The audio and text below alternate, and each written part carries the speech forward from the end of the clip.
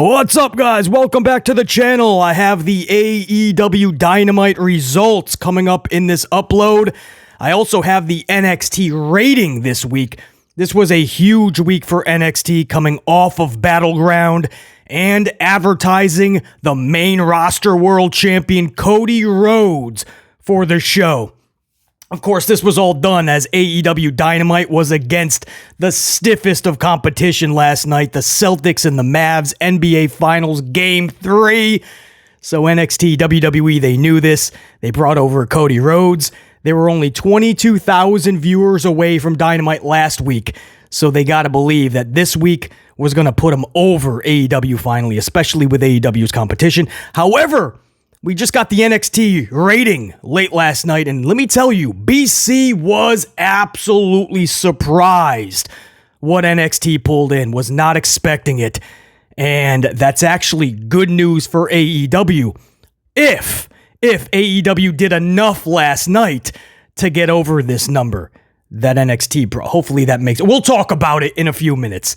It'll all make much more sense, but that's coming up. We're also going to talk Don Trump, former president of the United States, Donald Trump holding up the United States Championship, going face-to-face with current champion Logan Paul. That actually happened. We're going to talk about it in this upload. And we're going to start off with, it looks like, confirmation of the new or newest Bloodline member, this new version of the Bloodline. And not just confirmation of who, but the name that they will be going by. It looks like we have a name as well. So big update on the newest member of the Bloodline. That's all coming up. Before we get into any of that, got to give a big shout out to my right-hand man on the channel, JR9 Gaming. Not just for the coffee, but reminding BC of several things that I missed in yesterday's NXT review. One of them being the gift Cody Rhodes gave to JC Jane, that undesirable protective face mask that he used to wear. It was very dashing, or maybe not so much, but he gave that to JC this past Tuesday. I actually did catch that segment. I just left a lot of the backstage stuff off of the review, but that was very interesting. This could go really well if they utilize that somehow in her matches / storyline, or it could just be a redundant thing that I just want that off of her face. Like when Trish Stratus was wearing it, it was like, stop. Like, Trish Stratus is beautiful. There is no reason for her to have this hideous mask on. It's actually taking away from what she's doing. So I hope that's not the case with JC. If they actually do something with this, that's fine.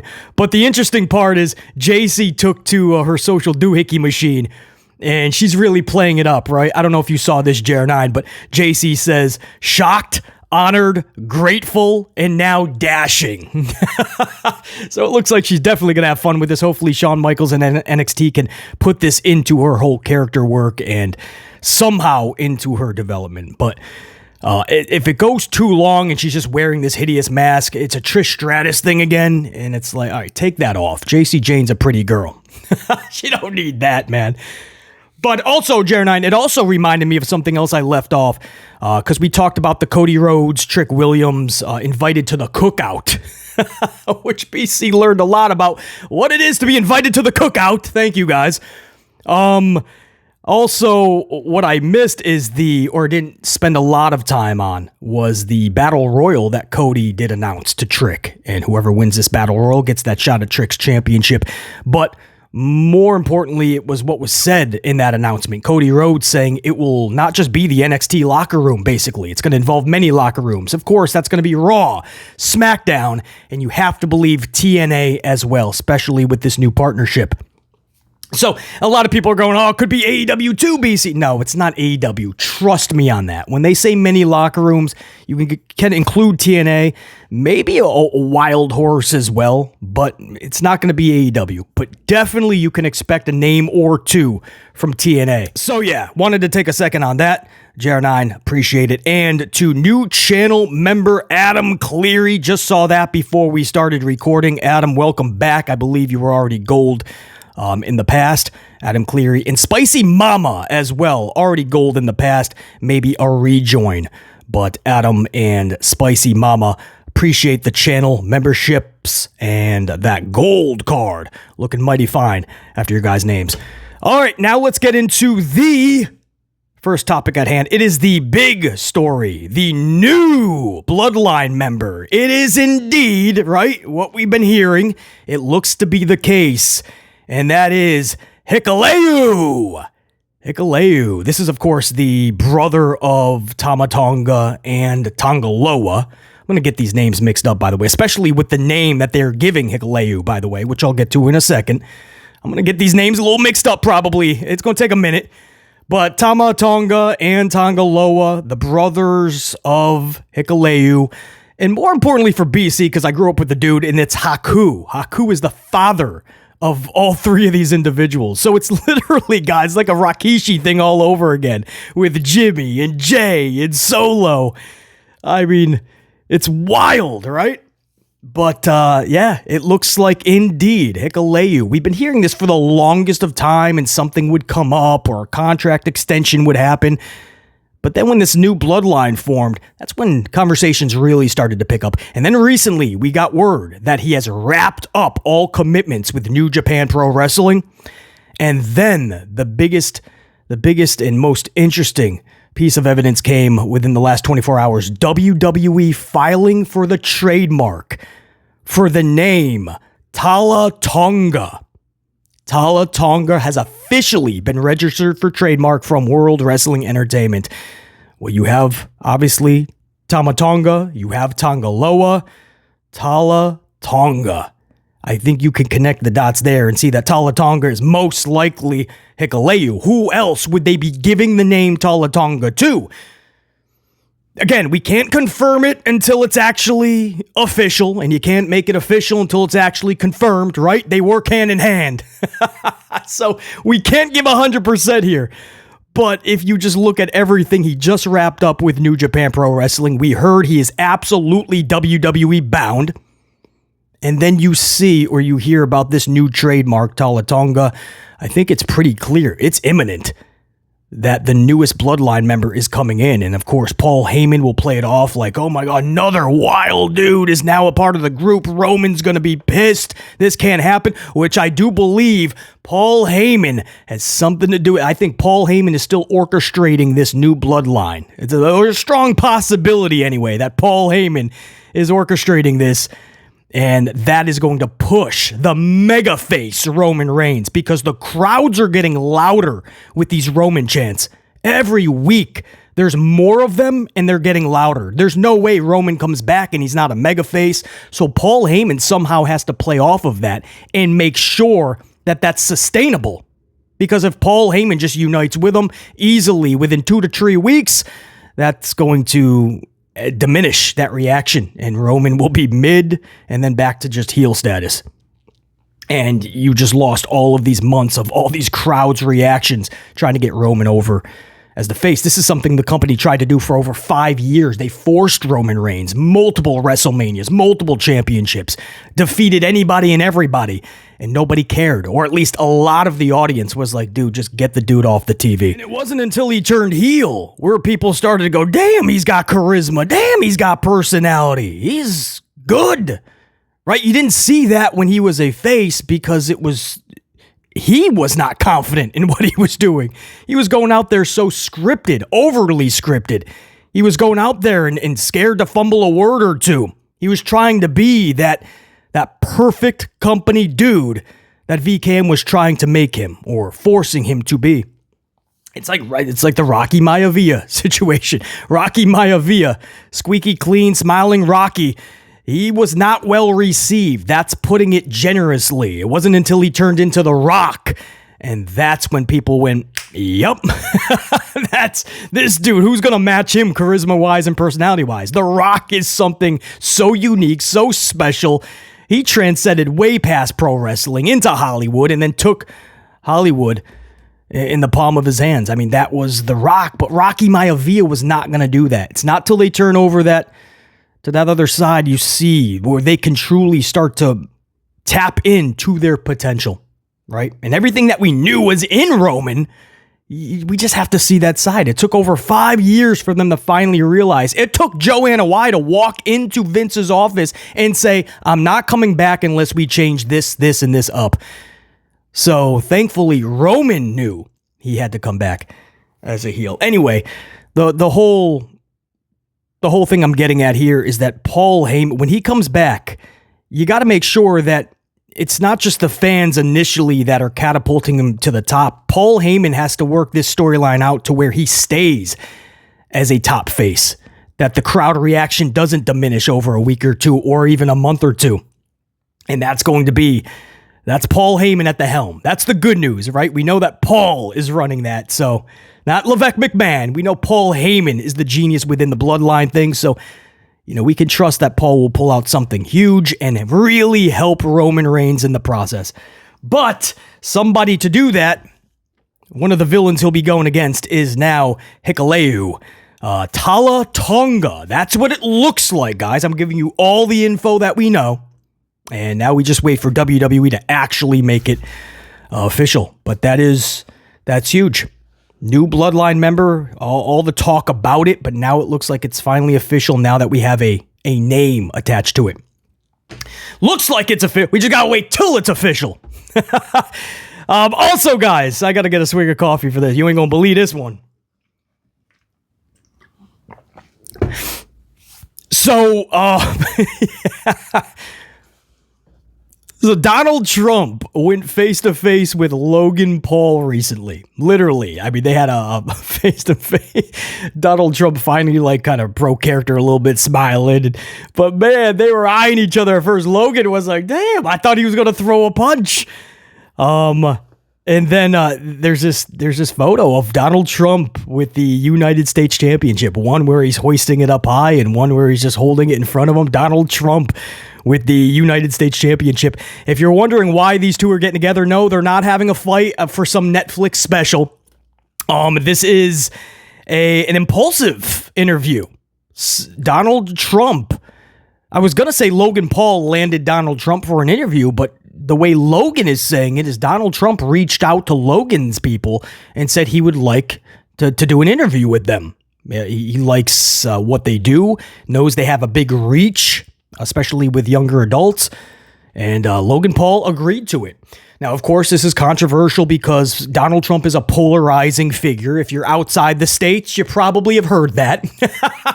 If you're inside the States, you know that. But Logan Paul is trying to play it down the middle. He's saying he's giving current President Joseph Biden the same opportunity. I don't think that's going to happen, though. The handlers of Biden do not let him really do too much. Not too much talky for Joe. But the opportunity is there if he so chooses to take it. So we'll see. But he is trying to be totally fair.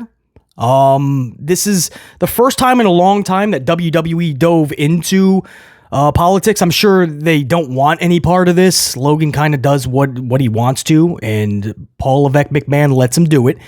But many years ago, I forgot who it was. Was it like Obama and Clinton, maybe? But WWE had them cut like a couple of minutes of a little bit of a promo on the Titantron.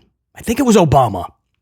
I forgot who it was, but there was two candidates, and they were up on the Titantron, and they were trying to tap into the wrestling audience. It was kind of, it just didn't fit.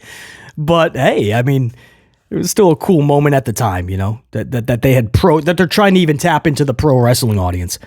But I think Logan is totally acting on his own here. It looks like Trump reached out to him, knowing the audience that he has, trying to get that younger adult demographic. And so anyway, that's a big story in the wrestling world. It just is, guys. I'm not making it a big story. It's all over. You guys can check it out.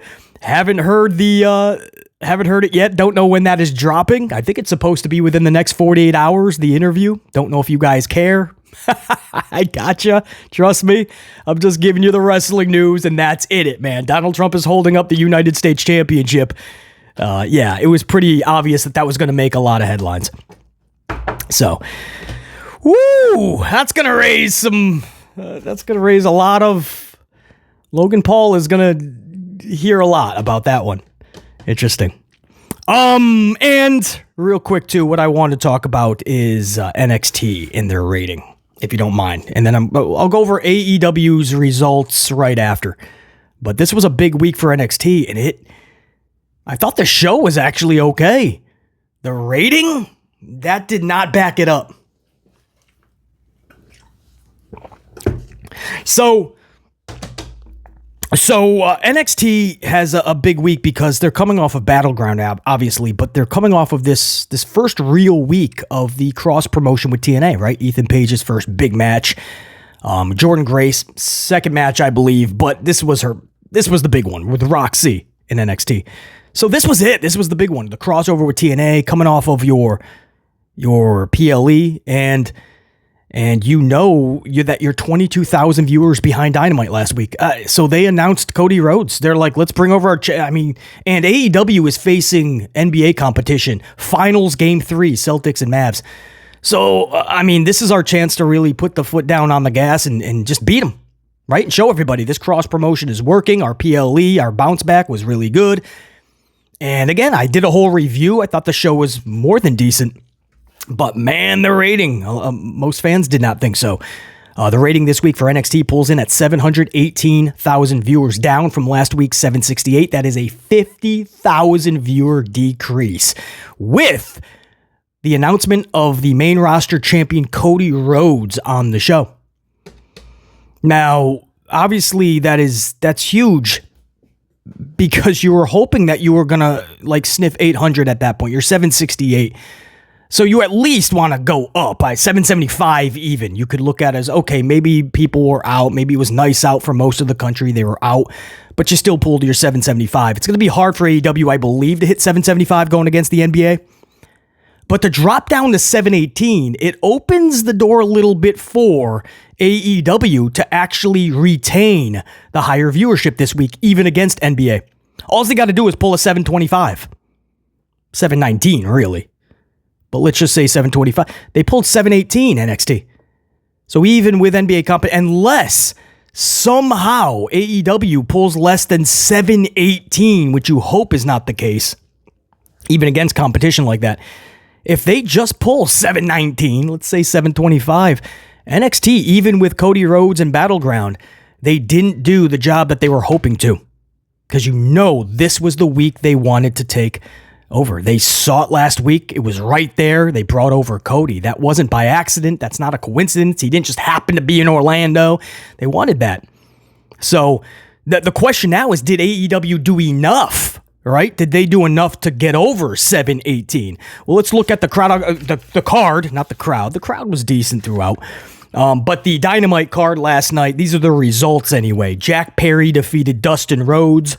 And may I just say, I'm just running down the results. I won't give speeches after every match, but I do want to just say, Perry defeating Dustin now because of Perry's storyline and his positioning totally makes sense. I get it. I just hate seeing Dustin lose all the time. I want Dustin Rhodes to have that one huge run. I think it's still left in him. He's still amazing. He's still one of the best wrestlers on the planet. That's right, I said it. Dustin Rhodes is so freaking good. And when I think back over the decades of wrestlers that just had so much potential and should have been booked better, should have had better runs, Dustin is at the top of that list with maybe another name or two. I loved the Goldust character, actually. I really did. And Dustin played it so well, really got into it. So many memorable moments. But man, you can't help but think if all those years Dustin was treated a little bit more serious with a lot better booking. But there's still time. Dustin is not retiring yet. He's still so damn good. I just hope there's that one last mega run left in Dustin. I know it's in him. It's just about, will it be given to him? And he's already earned it, by the way. It's just, will they have the time for Dustin going forward? Anyway, Jack Perry defeats Dustin. Thanks for allowing BC to give that little after the match speech. Rush wins a straight jobber squash. Fletcher Strong and Tashetta defeat Briscoe, O'Reilly, and Cassidy. Fletcher over Briscoe for the W. Hook and Samoa Joe defeat the Premier Athletes. Mercedes Moné defeated Zeuxis Taz was hilarious. Taz is like, Zeuxis got knocked on her headskis or something. I don't know what Taz was saying. I don't know what there was. Anyway, Mercedes looking good in there. Takes two to tango. Both ladies rocked out. So good seeing Mercedes. Like, she didn't skip a beat, man. Still so damn good in that ring. It's just about her booking now. Will that captivate people to the product and to the ladies? Because Mercedes is bringing it. But if booking isn't going to back her, if she isn't rocking out that mic when she has it, I don't know if it's going to move the needle too much. And Mercedes is, I say it all the time, I feel the greatest women wrestler on the planet right now. But you got to check off every single box. So her just being flawless in the ring is not going to be the be-all, end-all. Unfortunately, if that was the case, Mercedes would be on cloud nine right now, and they'd be pulling in 10 million viewers. But that's just not how it goes. Mercedes with a big W, though. Ospreay would end the night in the main event, defeating Phoenix, keeping his championship. Swerve was out there, who I believe they're facing each other at, is it Forbidden Door, I believe? And Ospreay, right in front of Swerve, delivers like his stomp. I think it was the stomp, and then he hit his hidden blade. So Ospreay is just so damn good. You know, I'm unpopular take here, right? This is maybe a hot take. Ospreay is so damn good that when these flips and dive matches happen, I don't even care for them. Like, this isn't even what I like in Will Ospreay. What most fans like in Ospreay and doing the flips and the dives and the match with Phoenix last night, right? Oh man, so good. For BC, not so good. Will Ospreay does not have to. Do you realize Will Ospreay can rock the microphone? He can put storylines on his back, and he's good in the ring just doing clotheslines, elbows, body slams, clotheslines, power bombs. I do not need to see this version of Will Ospreay. I honestly feel the best Will Ospreay you're going to see is in about 5 years, when he kind of slows down this pace. Maybe it's going to be 2 to 3 years that he does it. That's when you're really going to see Ospreay really tap into this pro wrestling thing. This is just scratching the surface. That's how good this dude is. These flips and dive matches, they do nothing. It's so sequenced. It's so choreographed. It's so synchronized that it almost looks like I'm watching a behind the scenes compilation of like a movie, you know, when you're seeing the stunts and how they're done. And in the movie, it looks like they're really hitting each other. It's really good. But you know, when you're looking at the behind the scenes and how the stunts are done, they're not even close, right? It's a whole foot away on the punt. That's the match last night. A lot of the kicks and the false stutter sequences, I mean, they were a full foot to 2 feet apart. There was one where Phoenix went to like duck, and he didn't have to because Ospreay was already 2 feet away with his spin kick. So he didn't even have to duck. He could have just watched, point, and laugh. You know, that's when it's not pro wrestling at that point. It's just it's like synchronized swimming at that point. You might as well just call it. I'm telling you right now, you haven't even began to see the best of Ospreay. You're gonna start to see it when he tones that down. But I know most fans loved it, right? High, fast-paced, high octane. Freaking wrestlers bouncing off of every rope and top turnbuckle and the flip and the die. I get it, but that's not what I like about Ospreay, man. But him holding championships, him in main events, yeah, absolutely, he should be in that spot. So congrats to him for keep rocking it out. But this is one of those shows where, you know, the general consensus in the community is nothing really memorable. This was one of those shows, top to bottom, 2 hours went by, and you don't really have anything that you can really sink your teeth into and really talk about for the next day, 2, 3 days, or really, you know, must-see TV is the words I'll use. There was nothing on this card, unfortunately, and that sucks because the past several weeks I felt Dynamite was doing much better shows. Ratings didn't necessarily reflect it because they lost so much audience. They're just trying to get them back first. Then you can expand with the casuals, and that's hard to do, to get the audience you once lost back. But that's the phase they're in. At least they were in the right direction. This is one of those shows, top to bottom, I feel they did take a step back. But it's going to be interesting. There was a lot of good action, at least. So a core of the audience could have stayed from top to bottom. It's going to be interesting to see, going up against the NBA Finals Game 3, if they were able to achieve at least 719,000 viewers. If they did, even with WWE's little Cody Rhodes Hail Mary, and coming off of their PLE, AEW still would have stayed ahead of them.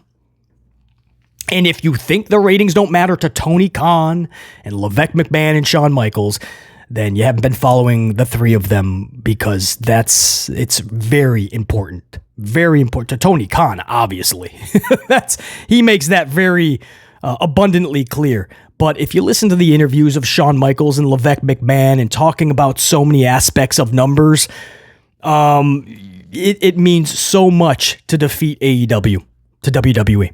And that's why they went for it this week. So we'll see if they actually were able to do it. I'm really going to be interested in that AEW number coming up later this afternoon. That said, there could be another upload this afternoon too, by the way. I'm just saying, stay subscribed and notified. You never know, but there's a few other stories I did want to talk about. I don't have the time right now, but I may later. So that's it for now. Until next time. And there will be that next time. Top guys, we're out. BC in the unit saying check you. Peace.